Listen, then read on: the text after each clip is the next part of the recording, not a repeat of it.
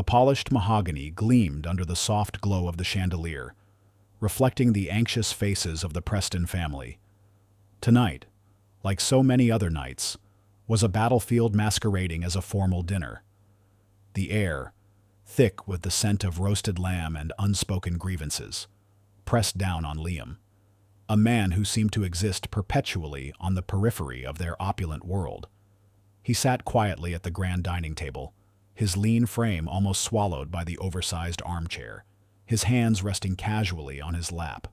To the Prestons, he was simply Liam, Eleanor's jobless husband, an embarrassing anomaly in their carefully curated tableau of success. Arthur Preston, the family patriarch, sat at the head of the table, a man whose presence was as imposing as his fortune. His silver hair was meticulously combed, his tailored suit bespoke, and his eyes, sharp and calculating, missed nothing. He was a titan of industry, a man who had built his empire on ruthlessness and an unwavering belief in his own superiority. Tonight, his gaze lingered on Liam, a sneer playing on his lips. "So, Liam," Arthur's voice boomed, cutting through the polite chatter like a surgeon's scalpel. His tone was laced with condescension, a familiar melody that Liam had grown accustomed to. "Still no prospects, no promising leads in your endeavors." The word endeavors hung in the air, dripping with sarcasm, implying Liam's efforts were nothing more than futile daydreams. Liam met Arthur's gaze, his own eyes, a striking shade of steel gray, betraying nothing.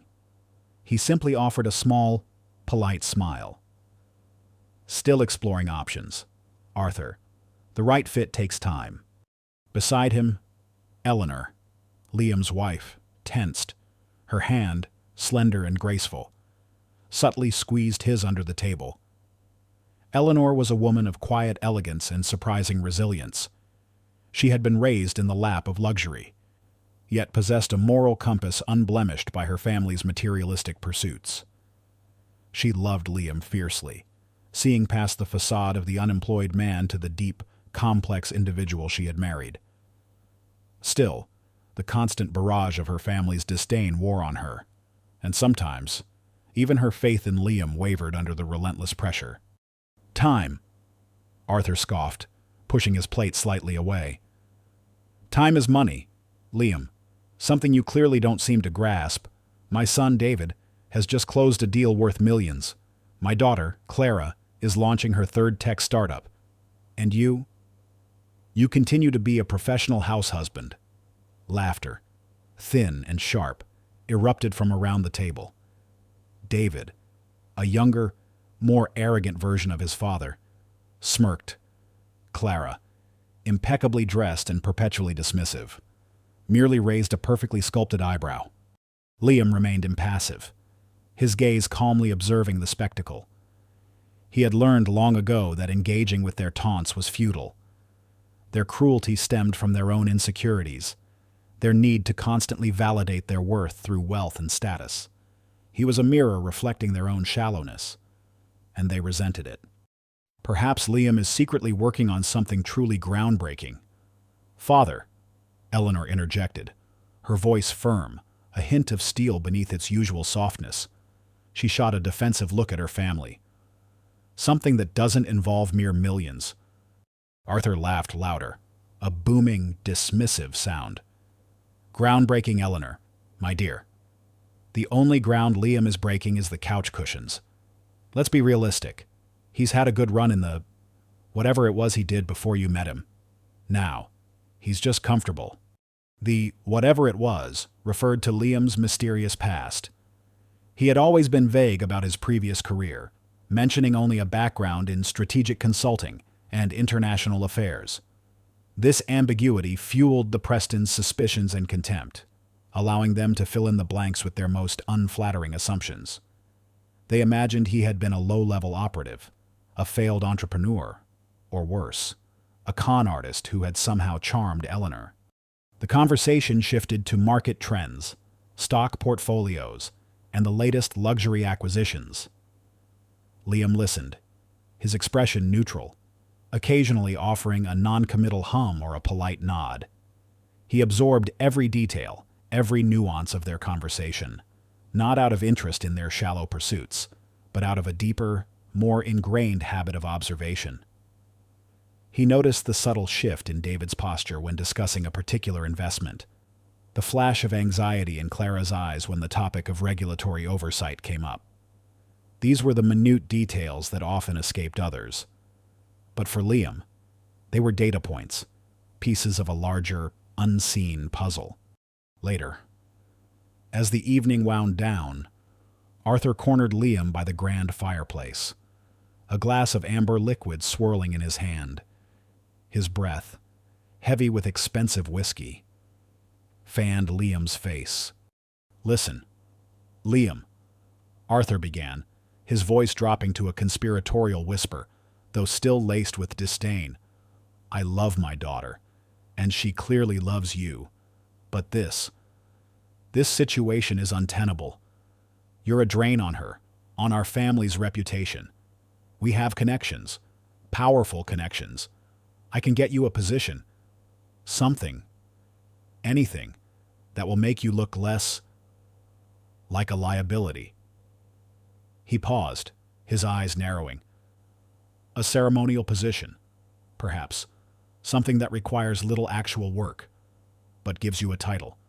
We'll even pay you a stipend, just to keep up appearances. For Eleanor's sake." Liam's gaze remained steady, his features unreadable. He could feel the insult in every word, the thinly veiled contempt. "I appreciate the offer, Arthur, but I prefer to find my own path." Arthur snorted, a derisive sound. "Path, Liam? You're wandering in the wilderness. You need a map. My map." He clapped Liam roughly on the shoulder, a gesture devoid of warmth. "Think about it. For Eleanor, don't let your pride ruin her life." Liam simply nodded, offering another small, polite smile. "I'll consider it." Arthur. He knew he wouldn't. His pride, the very quality Arthur sought to crush, was the bedrock of his being. As Liam helped Eleanor clear the table, his movements efficient and quiet, he felt her gaze on him. He knew she was hurting, caught between her family's relentless scorn and her unwavering loyalty to him. "I'm sorry, Liam," Eleanor murmured, her voice soft, laden with a familiar weariness. They don't understand. They can't see past the surface." Liam gently took a plate from her hands. "It's all right, Eleanor. Their understanding isn't what matters. What matters is that you understand." He squeezed her hand, a gesture of quiet reassurance. He wished he could tell her, wished he could tear down the elaborate facade he had so carefully constructed, wished he could reveal the truth that his jobless existence was merely a deep cover, a strategic retreat from a world of unimaginable power and peril, that his quiet observations were, in fact, meticulous intelligence gathering, that his calm demeanor was the result of years of training to maintain absolute control under the most extreme pressure. He was not a failed entrepreneur, nor a wandering consultant. He was Commander Elias Vance, one of the most brilliant and decorated military strategists the nation had ever produced. His retirement had been a top-secret directive, a period of deep cover to observe, to analyze, to prepare for a threat that few in the civilian world could even comprehend. His current jobless state was a perfect disguise, a cloak of invisibility in a society that valued superficial status above all else. No one would suspect that the man they openly mocked, the burden to the Prestons, was the very individual entrusted with the nation's most sensitive defense protocols. As the Prestons retired for the night, their snickers and disdain still echoing in the silent house, Liam walked to the study. He closed the door behind him, the thick wood muffling the sounds of the opulent mansion. He went to a hidden compartment behind a seemingly innocuous bookshelf, revealing a secure communications console. His fingers, once serving hors d'oeuvres, now moved with practiced ease across a complex keypad. The screen flickered to life, displaying encrypted global intelligence feeds. The news headlines, which Arthur Preston had dismissed as mere market fluctuations, spoke of escalating geopolitical tensions, unprecedented cyber attacks targeting critical infrastructure, and an alarming military buildup in a rogue nation known as the Viridian Dominion, led by its tyrannical and unpredictable leader, Marshal Kalin. A red alert flashed on the screen, global cybersecurity threat level critical. Liam's face, usually calm, tightened almost imperceptibly. His eyes, fixed on the data, held a steely resolve, a grim understanding of the escalating crisis. The world was teetering on the brink, and the privileged few, like the Prestons, were blissfully unaware. He was Commander Elias Vance, and his jobless days were about to come to a very abrupt end. The morning after the stifling family dinner, the Preston mansion hummed with the usual rhythm of superficial luxury. Arthur Preston barked orders at his staff. David obsessed over stock market fluctuations, and Clara meticulously planned her next social engagement. Liam, however, moved through their world like a ghost, an unseen observer in plain sight. His jobless facade was a meticulously crafted cloak, woven from the Prestons' preconceived notions and his own profound discipline. Beneath the veneer of idleness, his mind was a whirlwind of strategic analysis, global intelligence, and a simmering, controlled tension rolled. While the Prestons discussed trivialities over gourmet coffee, Liam was in his modest home office, a space Eleanor had lovingly decorated but rarely entered, respecting his need for privacy.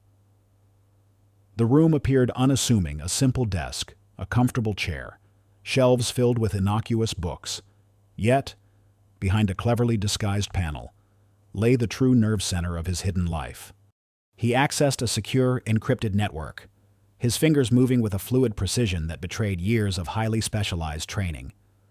Global intelligence feeds flickered across the screen's satellite imagery, showing troop movements along the disputed borders, decrypted communications from hostile foreign operatives, and real-time reports of escalating cyber attacks targeting critical infrastructure across the globe. The Viridian Dominion, under the iron fist of Marshal Kalin, was making its move. Kalin was a ghost from Liam's past, a strategic genius twisted by a thirst for absolute power. They had crossed paths years ago, during covert operations. Kalin always a step ahead, a worthy adversary whose ruthlessness knew no bounds. Now, Kalin's ambition threatened to plunge the world into a new era of conflict. Liam's public persona as the jobless son-in-law was a strategic masterstroke. It allowed him unparalleled freedom of movement and observation, operating entirely outside the formal channels that Kalin's intelligence networks would undoubtedly be monitoring.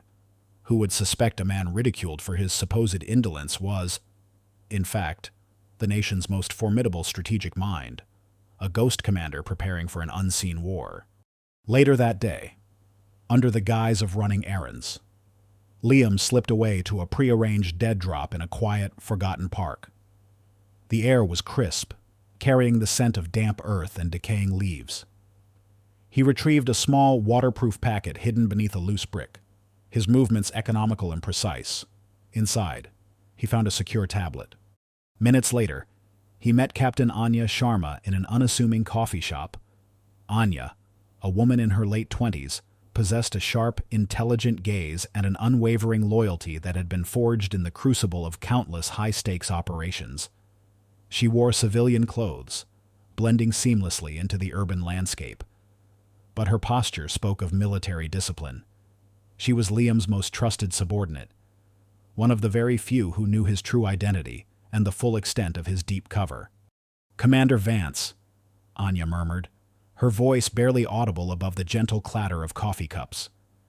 She subtly slid a sugar packet across the table, her way of indicating the secure channel was open. "The situation has deteriorated rapidly. Viridian has launched Operation Serpent's Coil, simultaneous cyber attacks on global financial institutions and energy grids. Early reports indicate widespread disruption, and their ground forces are massing along the disputed eastern border. Intel suggests a full-scale invasion is imminent." Liam's expression remained unreadable, but a flicker of grim recognition crossed his eyes. Serpent's coil. Kalen's signature. Always the theatrical. What's the latest on our counterintelligence efforts? Anya leaned in slightly, her voice dropping lower. Our firewalls are holding, but just barely. Their AI-driven attacks are adaptive. We're losing ground in the digital domain, and their disinformation campaigns are spreading like wildfire, sowing panic and discord. The conventional leadership, Liam asked, referring to the current military high command. Anya sighed, a hint of frustration in her eyes. They're overwhelmed. Their protocols are too rigid for Kalen's unorthodox tactics. They're bogged down in bureaucracy and interagency disputes. They're failing to grasp the scale of Kalen's ambition. They still see this as a regional conflict, not a global threat. Liam nodded slowly. This was precisely why he had been placed in deep cover. The system, for all its might, was too slow, too inflexible, too bound by conventional thinking to effectively counter a mind like Kalen's. He, Elias Vance, was the unconventional weapon, the strategic anomaly. The president is aware of the escalation, Liam inquired. He's been briefed, Commander, Anya confirmed. But the political fallout from a full-scale global cyber attack is immense. He's under immense pressure. There's a contingency plan. Of course, Project Nightingale. But it's a last resort. Project Nightingale. Liam knew it well. It was the fail-safe, the activation protocol for his full, public re-emergence. It was designed for a crisis of this magnitude, when conventional means had failed. But its activation would also mean exposing his true identity, shattering the carefully constructed anonymity he had maintained for years. Continue monitoring all channels, Liam instructed Anya, his voice firm, authoritative. Focus on Kalen's command structure. Look for any anomalies in his usual patterns. He's brilliant, but he's also predictable in his pursuit of asymmetric warfare. And keep me informed of the conventional leadership's responses. I need to know where the cracks are. Anya nodded, her expression grim. Understood. Commander? She subtly placed a small encrypted data chip on the table, disguised as a coffee stirrer. Latest intel. Encrypted. Be careful, sir. Kalen's operatives are everywhere. Liam acknowledged her with a slight nod, his gaze already distant, consumed by the escalating crisis. He knew the risks. He had lived with them for years. His jobless existence had been a calculated gamble, a life lived in the shadows while the world teetered on the precipice. Back at the Preston mansion, the dinner conversation that night revolved around the increasing volatility of the global stock market. Arthur Preston, his face flushed with a mixture of anger and anxiety, pounded the table. This is ridiculous, he fumed. These cyber attacks are affecting my investments. My factories are experiencing production delays.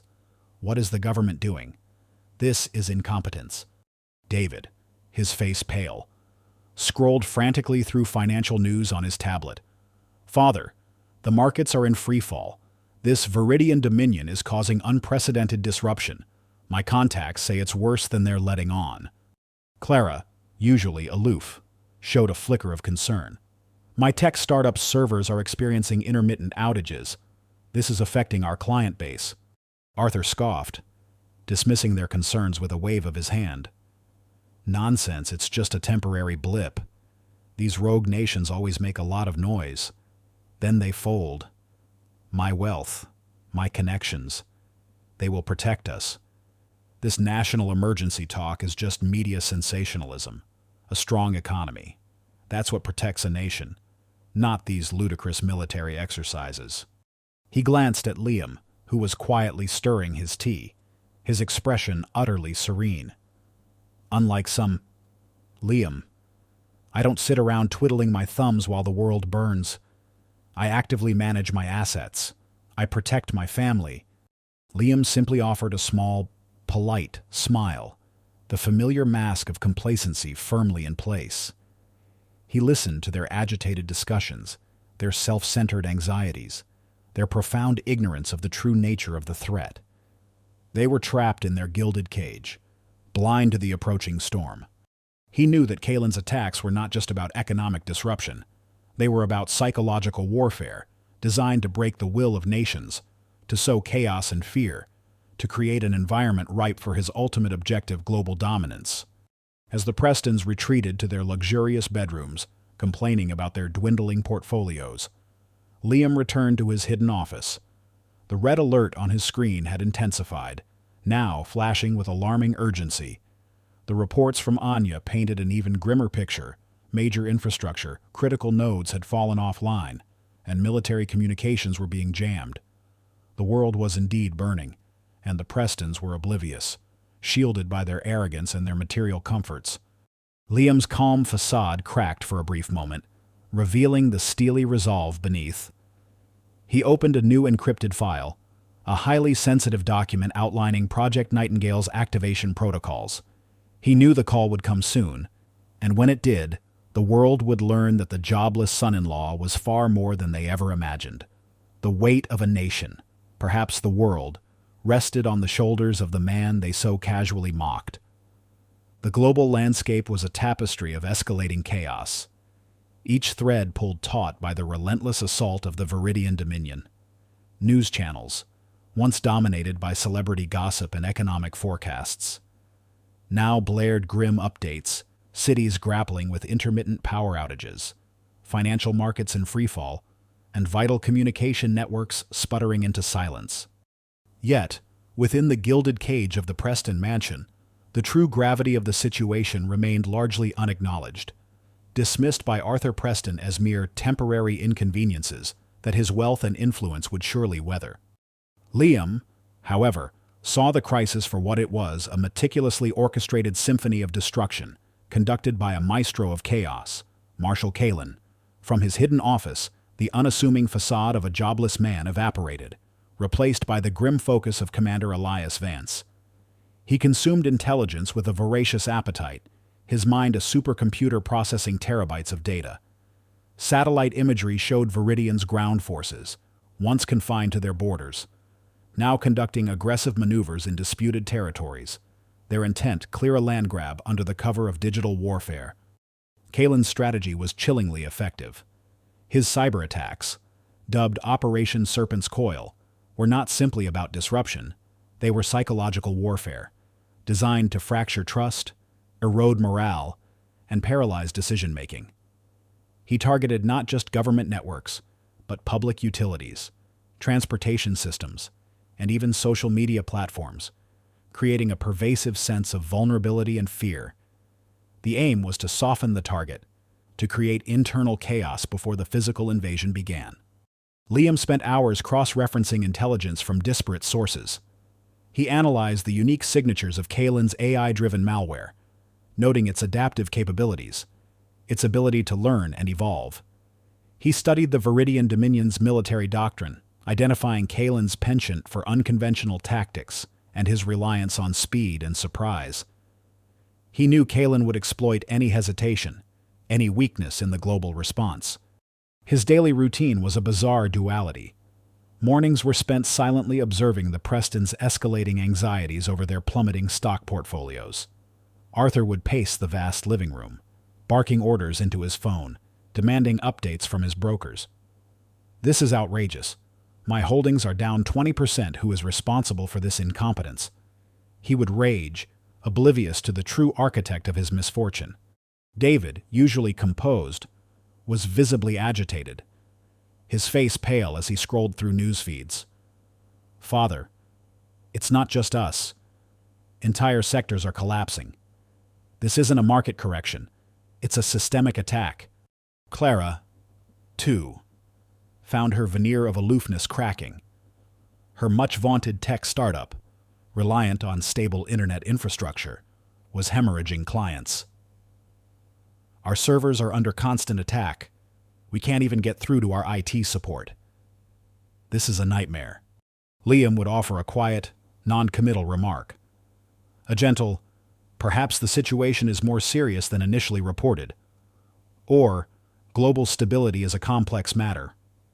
These understated observations were invariably met with derision. "Serious?" Arthur would scoff, fixing Liam with a contemptuous glare. What do you know about serious, Liam? You don't even have a job to lose.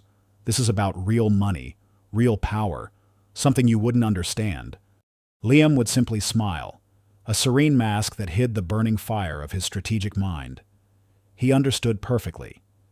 He understood that Arthur's perceived power, his vast wealth, was utterly useless in the face of a true existential threat. The very systems that empowered Arthur were now being weaponized against him. In the afternoons, Liam would discreetly meet with Captain Anya Sharma. Their rendezvous points varied, from obscure corners of public libraries to desolate industrial parks. Anya, always alert and efficient, brought him fresh intelligence, bypassing the bureaucratic chokeholds that were paralyzing conventional command structures. "Commander," Anya reported during one such meeting, her voice low and urgent. "The President is being urged to declare a national emergency. The intelligence community is unified. Kalen intends to exploit the digital chaos to launch a full-scale ground invasion of the disputed border regions. Our current defense protocols are designed for conventional warfare.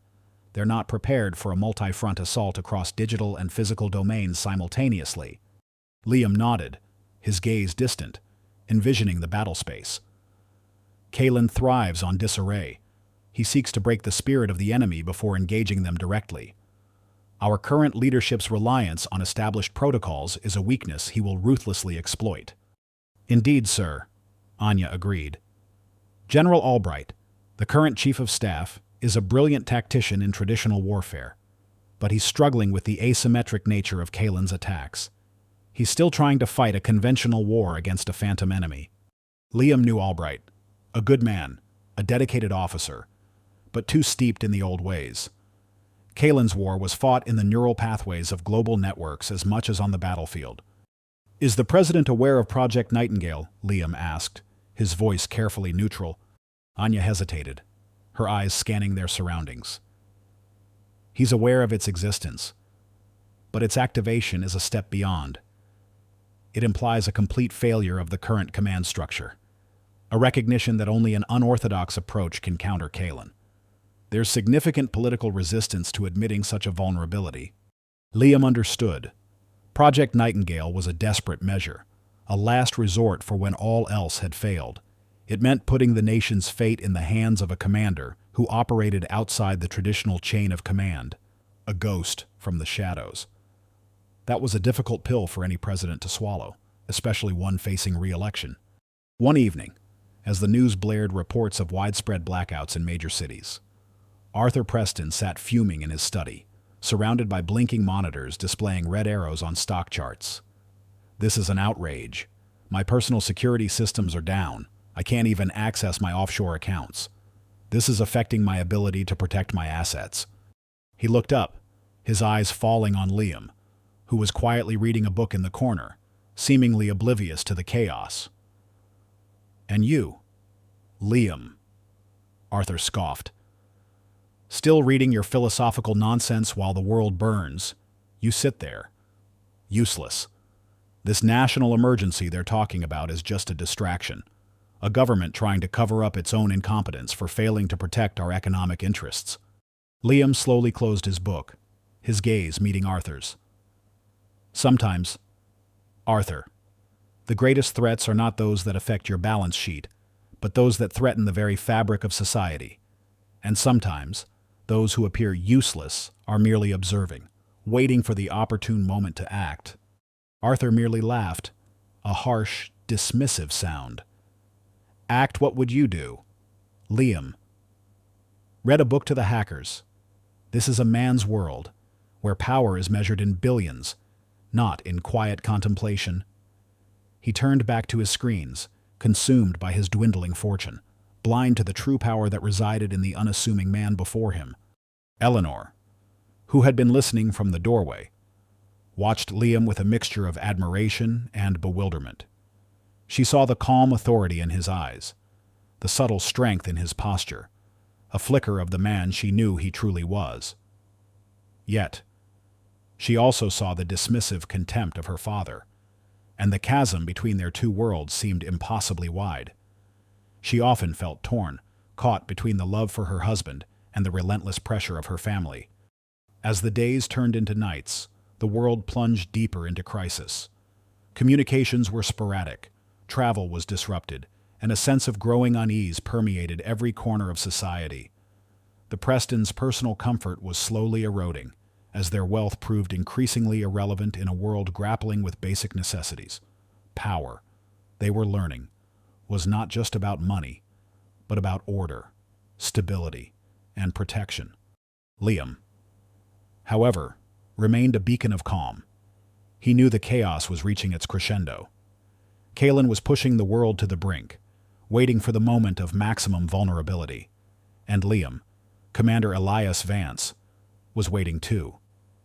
His jobless existence was nearing its end. The order to activate Project Nightingale, the call that would bring him back from the shadows, was inevitable. He could feel it in the air, a silent hum of destiny. The stage was set, the players in place, and the true leader, the man everyone laughed at, was ready to take center stage. The world teetered on the brink, a precarious balance shattered by the relentless digital onslaught of the Viridian Dominion. Major cities flickered in and out of darkness as power grids buckled. Global financial markets plunged into unprecedented chaos, crippling economies and sowing widespread panic. News channels, once reliable conduits of information, now broadcast fragmented reports of cyber warfare and the chilling certainty of impending physical conflict. The very fabric of society seemed to fray, thread by thread. Within the opulent confines of the Preston mansion, the illusion of invulnerability began to crack. Arthur Preston, his face contorted with a mixture of rage and disbelief, paced his study, shouting into a dead phone line. His vast network of contacts, once impenetrable, now seemed disconnected, useless. His personal wealth, his ultimate shield, proved worthless against the unseen enemy that was bringing the world to its knees. "This is an outrage," Arthur roared, slamming his fist on his mahogany desk. "My offshore accounts are frozen. My private jets are grounded. This national emergency is a farce. It's sheer incompetence from our military leadership." He cast a furious glance at Liam, who sat quietly on a leather sofa, observing the digital world spinning into disarray on a large, silent screen. David, pale and frantic, burst into the room. "Father, the news channels are confirming it. Viridian ground forces have crossed the eastern border. They're moving fast. Our defenses are struggling." Clara, usually aloof, was visibly shaken, clinging to her designer handbag as if it were a life raft. "My entire company's infrastructure is down. We can't even access our client data. This isn't just about money anymore. Father, this is real." Liam watched them, his expression unreadable. He saw their fear, raw and unvarnished, stripped of the pretense of wealth. Their reliance on external validation, on material possessions, had left them utterly unprepared for a crisis that rendered those things meaningless. He was Commander Elias Vance, and he knew this chaos was merely the overture to a much larger conflict, one that the Prestons, in their gilded cage, were only just beginning to comprehend. Meanwhile, in the highly fortified underground bunkers of the nation's strategic command, the atmosphere was a pressure cooker of escalating tension. General Albright, the chief of staff, a man of unwavering patriotism but conventional tactics, struggled to maintain control. Holographic maps displayed the grim reality: multiple breaches in defensive perimeters, communication blackouts, and the relentless advance of Viridian forces. "Our cyber defenses are being overwhelmed, Mr. President," Albright reported, his voice strained. "Kalen's AI is learning faster than we can adapt, and their ground forces are exploiting every digital vulnerability. We're fighting a war on two fronts, and we're losing ground in both." The president, his face etched with exhaustion and profound worry, leaned forward. "What is our contingency? General, what is the ultimate failsafe?" Albright hesitated, a visible reluctance in his posture. "Sir, there is Project Nightingale, a protocol for situations of unprecedented strategic failure. It involves recalling a unique asset, a commander who operates outside conventional parameters. Commander Elias Vance, the president stated, his voice low. The man believed to be retired for years.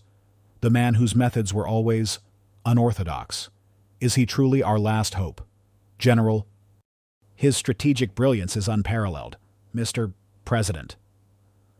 Albright conceded, a hint of grudging respect in his voice. He foresaw this type of asymmetric warfare years ago. His deep cover was specifically designed for a crisis of this magnitude. When our conventional structures proved insufficient, he's the only one who truly understands Kalen's mind, his tactics. The president closed his eyes for a moment, the weight of the nation resting heavily on his shoulders. Activate Project Nightingale. General, deliver the order. We have no other choice. This is a national emergency. The command was absolute, irreversible. A highly secure encrypted channel was opened, bypassing all conventional military networks. A single compressed data packet, containing the full activation order for Commander Elias Vance, began its journey through a highly specialized covert transmission system. Back at the Preston mansion, the chaotic scene intensified. The power flickered, plunging the mansion into momentary darkness before emergency generators hummed to life. The television screens, however, remained blank, disconnected from the outside world. Arthur Preston, his face contorted with rage, hurled a crystal decanter against the marble fireplace, shattering it into 1,000 pieces.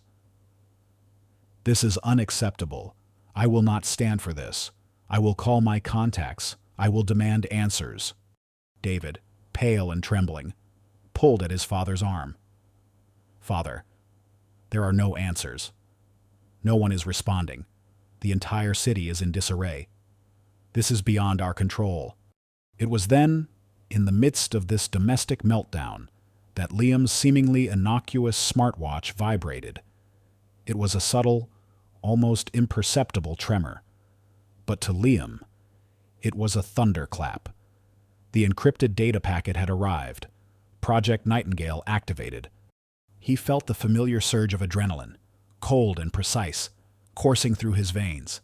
The years of waiting, the years of enduring the Prestons' ridicule, the self-imposed anonymity. It all converged in this singular moment. The facade was about to fall. Liam rose from the sofa, his movements slow, deliberate, as if awakening from a long slumber. The Prestons, consumed by their own panic, barely noticed him. I have to go, Liam said, his voice calm, clear, cutting through the din of their anxiety. Arthur, his face a mask of rage, finally looked at Liam. Go where, Liam? To find a job. Don't you see what's happening? The world is falling apart, and you're still living in your fantasy world. Eleanor, her eyes wide with a mixture of fear and confusion, looked at Liam. She saw a subtle shift in his posture, a steely resolve in his eyes that she hadn't seen since the early days of their marriage, before his jobless period. Liam, what is it? What's going on? Liam turned to Eleanor, his gaze soft but unwavering. I'm going to do what I was always meant to do. Eleanor, I'm going to stop this. I'm going to put an end to the chaos. Arthur scoffed, a bitter, derisive sound. What could you possibly do? You can't even hold down a job. Liam looked at Arthur, his steel-gray eyes boring into the patriarch's, a flicker of something ancient and powerful in their depths. You will see, Arthur. All of you will see. He then walked towards the hidden compartment in his study, the one he had meticulously concealed behind the bookshelf.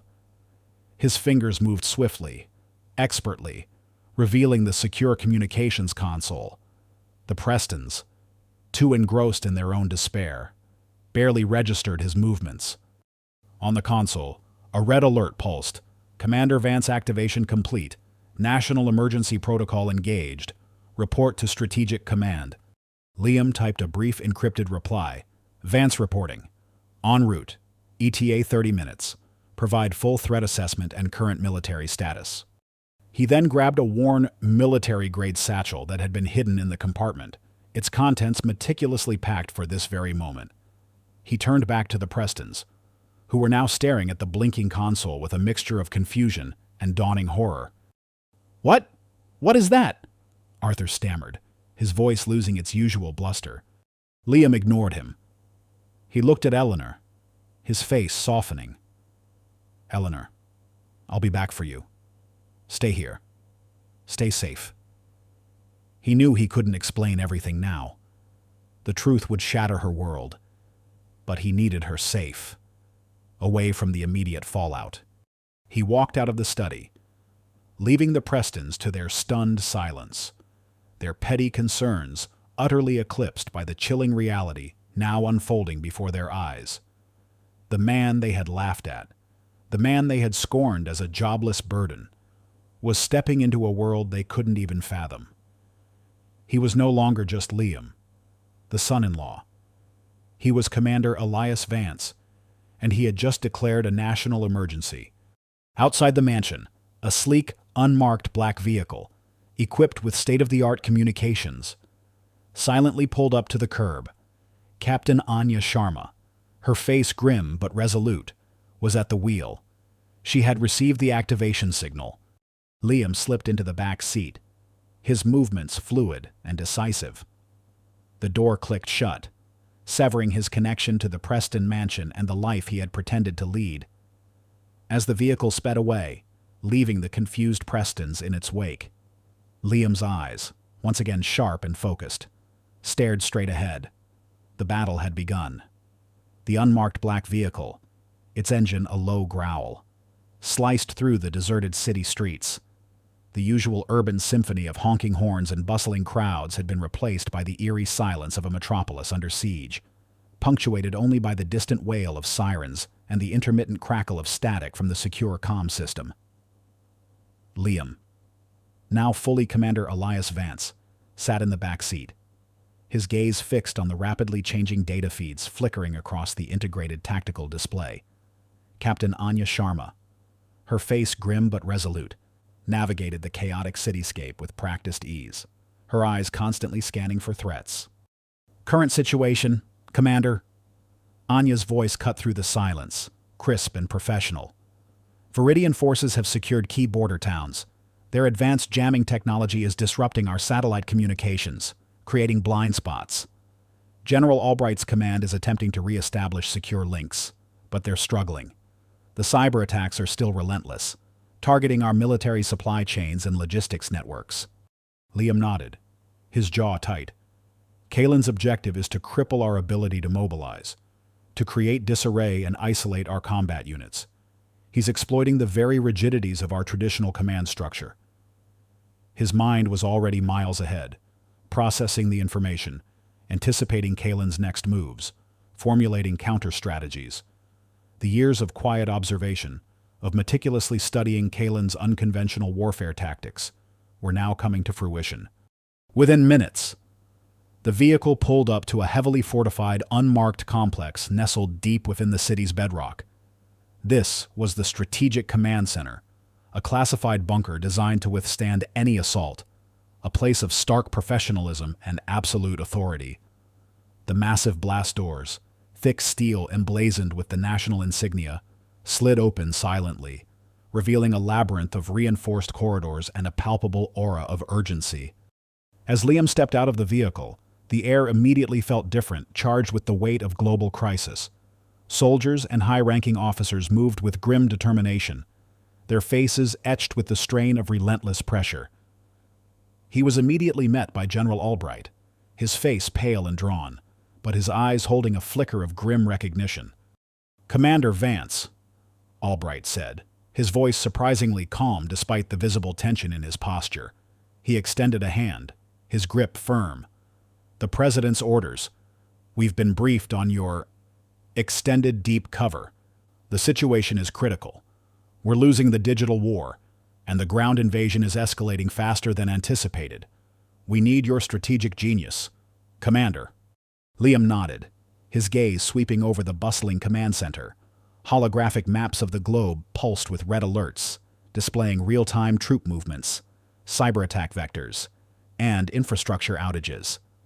The sheer scale of the crisis was overwhelming, a digital and physical battlefield sprawling across continents. "Give me the full threat assessment, General!" Liam commanded, his voice deep and authoritative, cutting through the low hum of the command center. There was no hesitation, no uncertainty. The jobless son-in-law had vanished, replaced by the formidable military commander. "I want raw data, unfiltered, and I want the current status of all major combat units and defensive postures." Albright led him to the main command console, a colossal multi-screen display showcasing the global situation. A team of analysts, exhausted but dedicated, worked feverishly, feeding data into the system. "Viridian's primary objective," Albright explained, pointing to various flashing red zones on the holographic map, "appears to be the Eastern Resource Zone, rich in rare earth minerals. They're using the cyber attacks as a diversion, a means to paralyze our response while their ground forces consolidate control. Their forces are highly mobile, equipped with advanced stealth technology, and their logistics are surprisingly resilient despite the digital war." Liam listened intently, his mind already formulating countermeasures. He noticed the slight tremor in Albright's hand, the subtle flicker of doubt in his eyes. Albright was a man of honor and courage, but he was accustomed to fighting conventional wars, not the multi-layered, asymmetric conflict Kalen had unleashed. "Their attacks on our supply chains are particularly effective," a young intelligence officer interjected, his voice strained. "We're seeing significant delays in troop deployments and equipment resupply. It's creating choke points." Liam's eyes narrowed. That's Kalen's signature. He doesn't just attack the infrastructure. He attacks the nervous system of the military, creating disorganization and fear. We need to disrupt his digital coordination, not just defend our own. He turned to the lead cyber warfare analyst. "I need real-time data on Kalen's command network, his preferred encryption methods, his command and control signatures. He has a weakness. Every strategist does. We just need to find it." Within minutes, Liam was issuing a series of precise, unconventional orders that immediately began to shift the strategic landscape. "General Albright, redirect our primary cyber defense assets from perimeter defense to active network penetration. We're not just playing defense, we're going on the offensive. Target Viridian's logistics and intelligence networks. Disrupt their ability to share real-time battle data among their units." Albright looked surprised but nodded, his eyes widening with a flicker of understanding. It was an audacious move, one that risked exposing their own vulnerabilities but promised to cripple Kalen's coordinated assault. "Captain Sharma," Liam continued, turning to Anya, "you will head a rapid deployment team. Your mission: infiltrate the northern communication hub that Kalen's forces have seized. It's a critical node for their long-range communications and jamming capabilities. Your objective is not to hold the position, but to upload a counter-frequency virus into their primary comms array. This virus will not only disable their jamming, but also feed them deliberately corrupted battle data, sowing confusion among their field commanders." Anya's eyes gleamed with a fierce determination. "Understood, Commander. We move at dawn." "And finally," Liam announced, his voice gaining a steely edge, "we initiate a global disinformation counter-campaign. Kalen uses fear. We will use truth and targeted strategic misinformation. We will disseminate controlled narratives through the very social media platforms he has used to sow discord, highlighting his failures, exploiting his internal vulnerabilities, and undermining his public image both domestically and internationally. We expose his tyranny, not just his military might." The military brass, initially bewildered by Liam's unorthodox approach, quickly recognized the brilliance behind his strategy. It was a multifaceted assault, hitting Kalen not just on the physical battlefield, but in the digital realm and the psychological domain. It was a war fought on multiple layers, precisely the kind of warfare Kalen excelled at, and now he was facing his own tactics turned against him. Liam worked relentlessly, his mind a finely tuned machine, making decisions with a speed and precision that astonished even the most seasoned officers. He coordinated with international allies, ensuring a cohesive global response. He delegated authority with clarity, empowering his subordinates to act decisively. He was a conductor of chaos, orchestrating a symphony of countermeasures against an enemy who believed he held all the cards. Meanwhile, back in their luxurious bubble, the Prestons continued to grapple with their increasingly dire personal circumstances.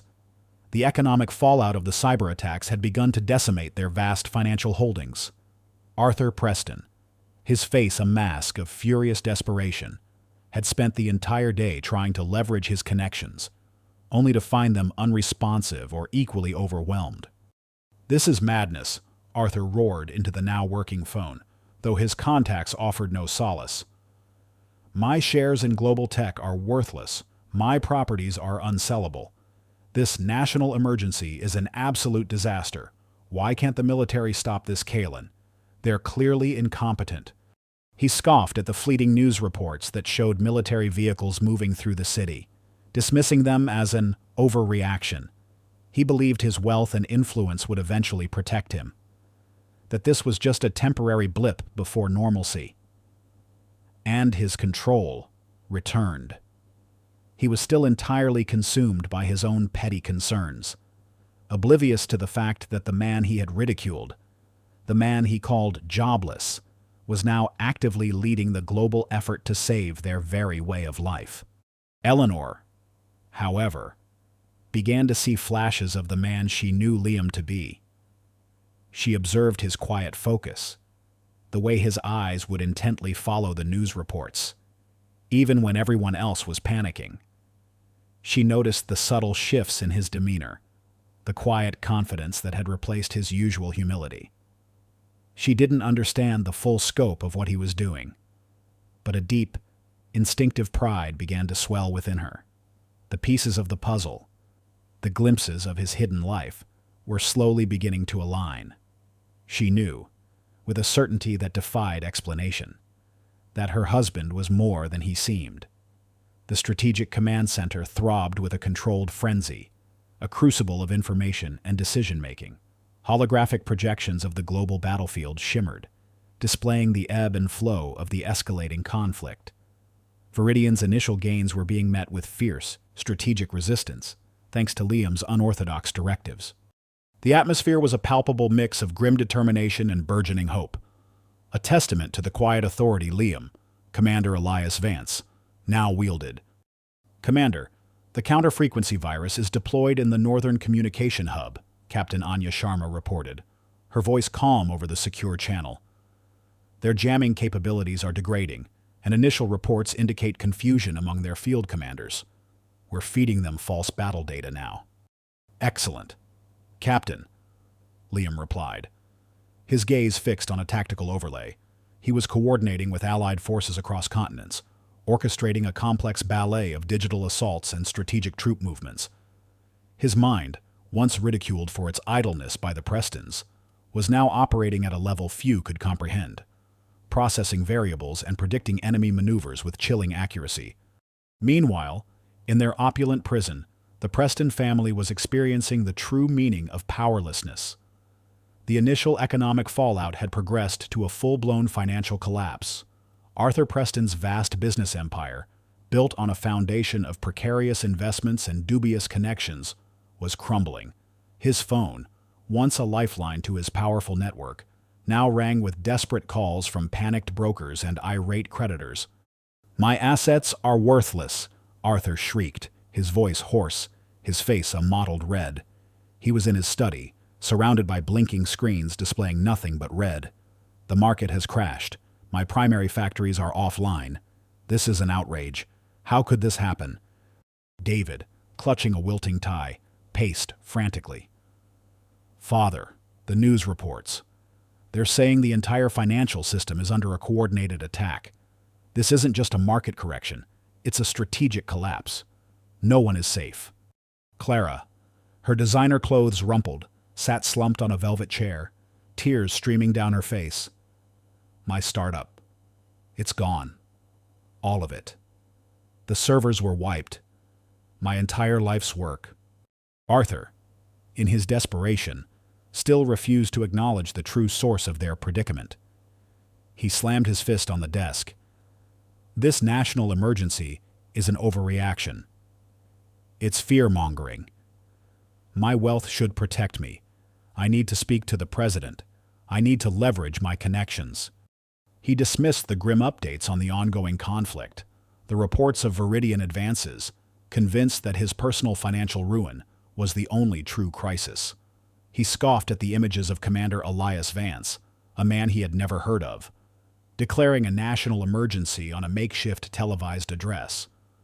Who is this man? Another government stooge.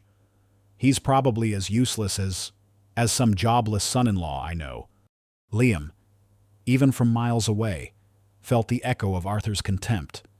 He knew the Prestons were oblivious to his true identity, to the fact that the man they so carelessly dismissed was fighting to preserve the very world they inhabited. He also knew that their current suffering, while painful, was a necessary consequence of their lifelong arrogance and their worship of superficial power. His priority, however, was Eleanor. He couldn't leave her to face the full, unbridled chaos alone. Amidst the relentless strategic planning, Liam made a calculated, highly discreet move. He sent a secure, coded message to Captain Anya Sharma.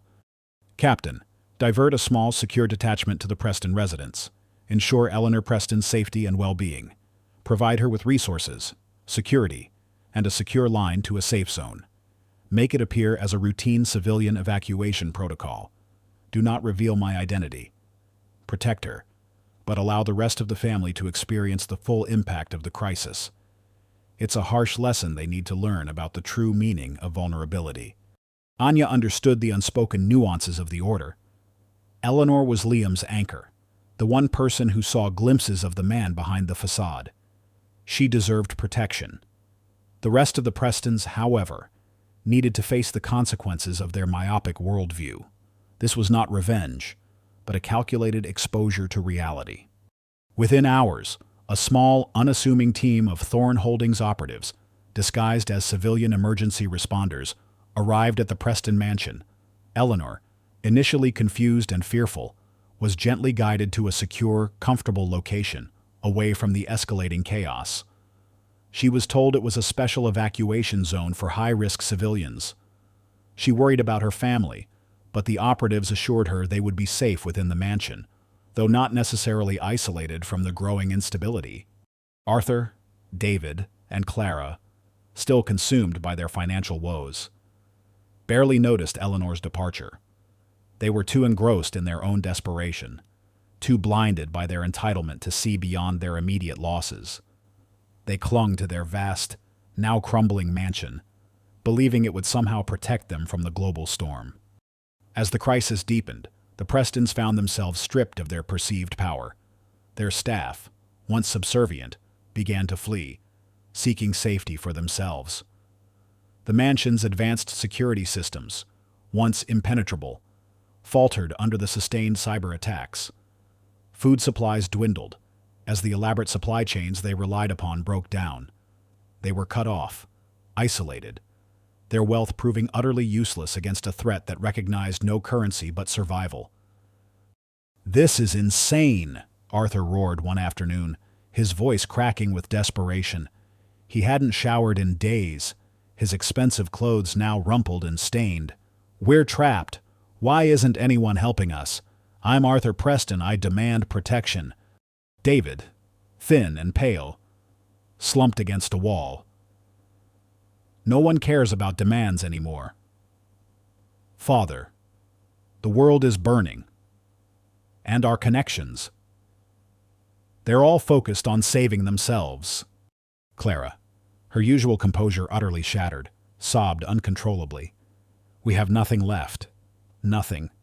Liam, observing their descent from a secure, encrypted feed within the command center, felt no satisfaction, only a grim understanding. He knew the lessons they were learning were brutal, but necessary. They had always believed their wealth insulated them from the realities of the world, from the struggles of ordinary people. Now, in the face of a true national emergency, they were confronted with their own vulnerability, their own powerlessness. He still had to maintain his primary focus, defeating Kalen. The counterattack was meticulously planned, each step a strategic chess move against a formidable opponent. The disinformation campaign was sowing doubt within Viridian's ranks. The cyber offensive was disrupting Kalen's ability to coordinate his forces, and Anya's team was preparing for the final, decisive strike on a critical Viridian command and control center. "Commander, Kalen's forces are attempting a desperate push towards our western flank," General Albright reported, his voice tinged with renewed confidence, a result of Liam's decisive leadership. "But their communications are fragmented. They're losing cohesion." "Precisely as planned," Liam replied, his eyes gleaming with strategic brilliance. "He relies on speed and surprise. Without synchronized intelligence, his forces are merely scattered units. Now, we prepare for the final phase. We will hit him where it hurts most: his command structure, his perceived infallibility, and his control over his own military." He then looked at a separate monitor, displaying the Preston mansion. Arthur, David, and Clara were huddled together in the grand living room, their faces pale and drawn, utterly devoid of their usual arrogance. They were listening to a crackling radio, broadcasting fragmented news of the national emergency. They were no longer laughing. Liam knew the moment was approaching, the reveal of his true identity. The public declaration of his role in ending the crisis would be the final, shattering blow to the Prestons' illusions. They would witness the man they mocked, the man they deemed useless, emerge as the nation's savior. It was not just a military victory he sought, but a profound reordering of perception, a redefinition of what true power truly meant. The stage was set for their reckoning and a new beginning. The air in the Strategic Command Center crackled with a palpable tension, a mixture of exhaustion and exhilaration. Days of relentless warfare, fought on digital and physical battlefields, were culminating in the decisive hour. Holographic maps glowed with the final, intricate movements of Liam's counterattack. Viridian's forces, disorganized by the disinformation campaigns and crippled by the cyber offensive, were in full retreat. Marshal Kalen's once unyielding command structure was crumbling under the relentless, unorthodox pressure applied by Commander Elias Vance. "Commander, Viridian's primary command and control center in the Eastern Resource Zone has been neutralized." Captain Anya Sharma's voice boomed over the comms, a triumphant edge to her tone. "Operation Scorpion Sting is a success. Kalen's forces are in disarray, cut off from Central Command." Liam's face, etched with fatigue, held a grim satisfaction. "Excellent work, Captain. Initiate full pursuit protocols, ensure no Viridian assets escape, and begin immediate restoration of critical infrastructure. Our priority now is rebuilding." General Albright, standing beside Liam at the main console, clapped him on the shoulder, his face beaming with a mixture of awe and profound relief. "Commander, you've done it. You broke him. Kalen was a ghost, and you hunted him down. The world owes you a debt it can never repay." Liam simply nodded, his gaze distant, already looking beyond the immediate victory to the daunting task of recovery. The true cost of Kalen's aggression was immense, a global scar that would take years to heal. Meanwhile, back at the Preston mansion, the grand facade had completely shattered.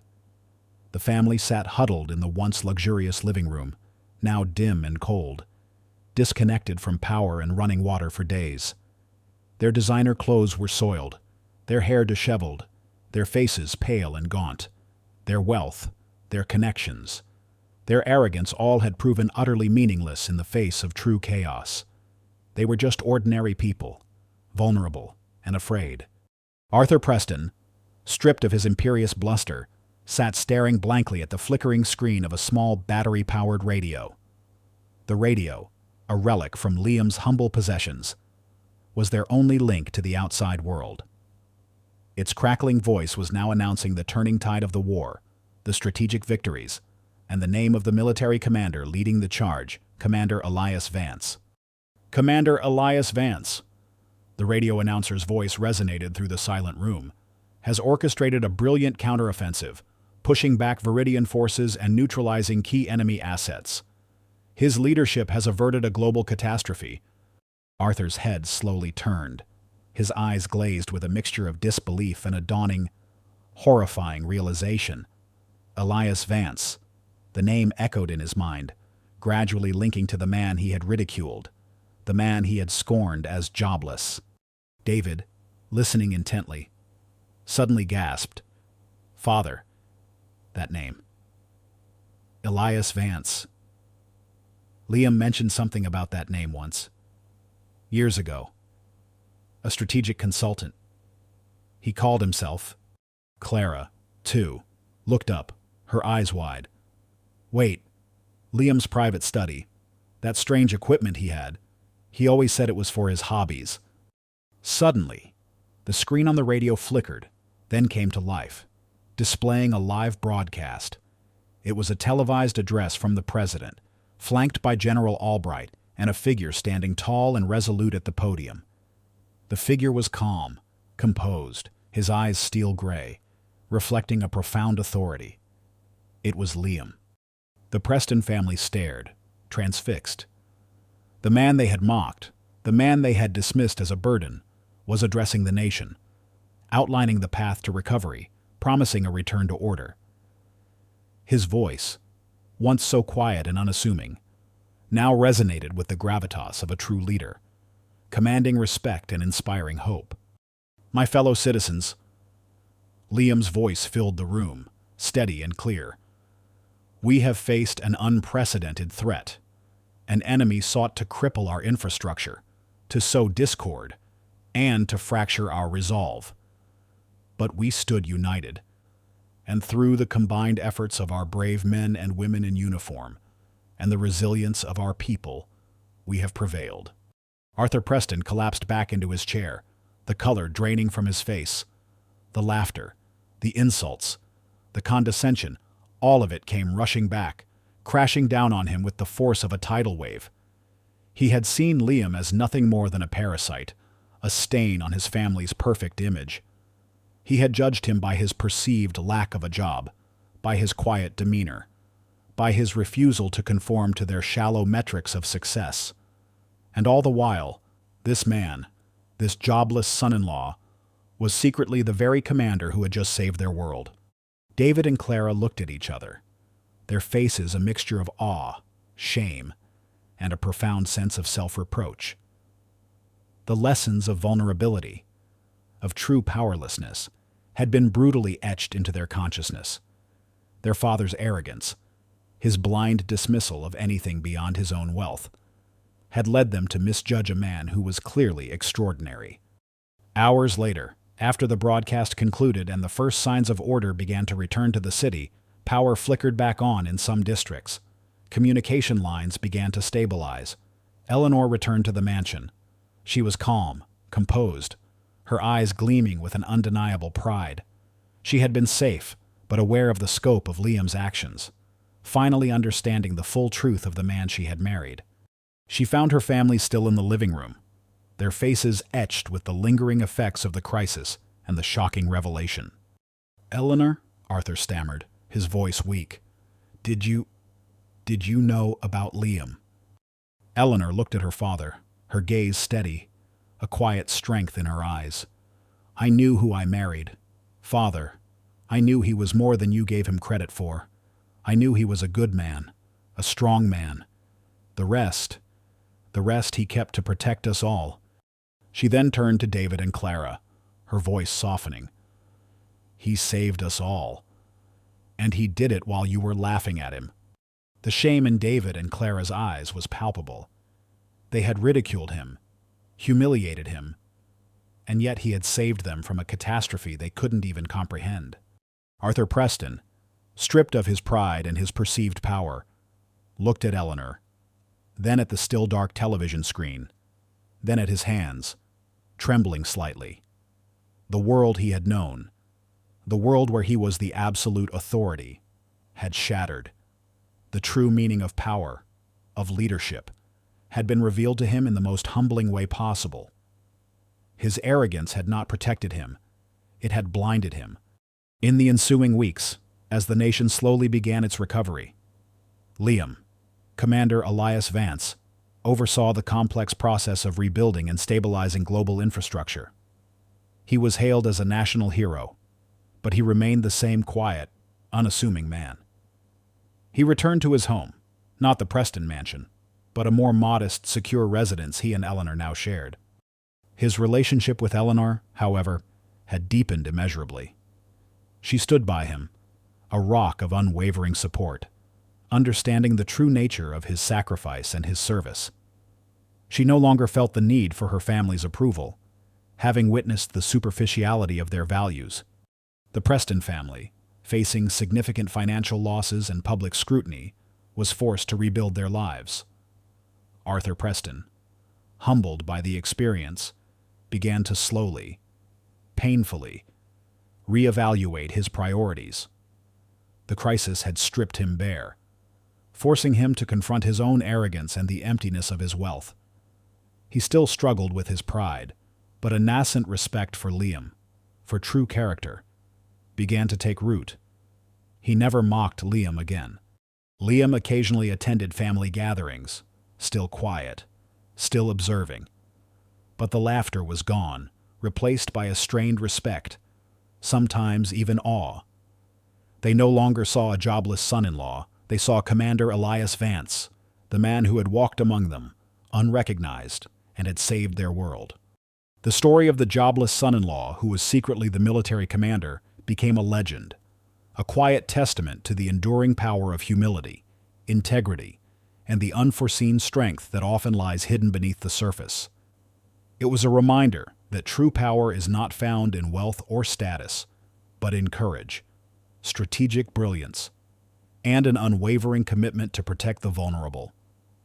Liam, the man who everyone had laughed at, had emerged as the nation's steadfast protector, forever changing the perception of what a hero truly looked like.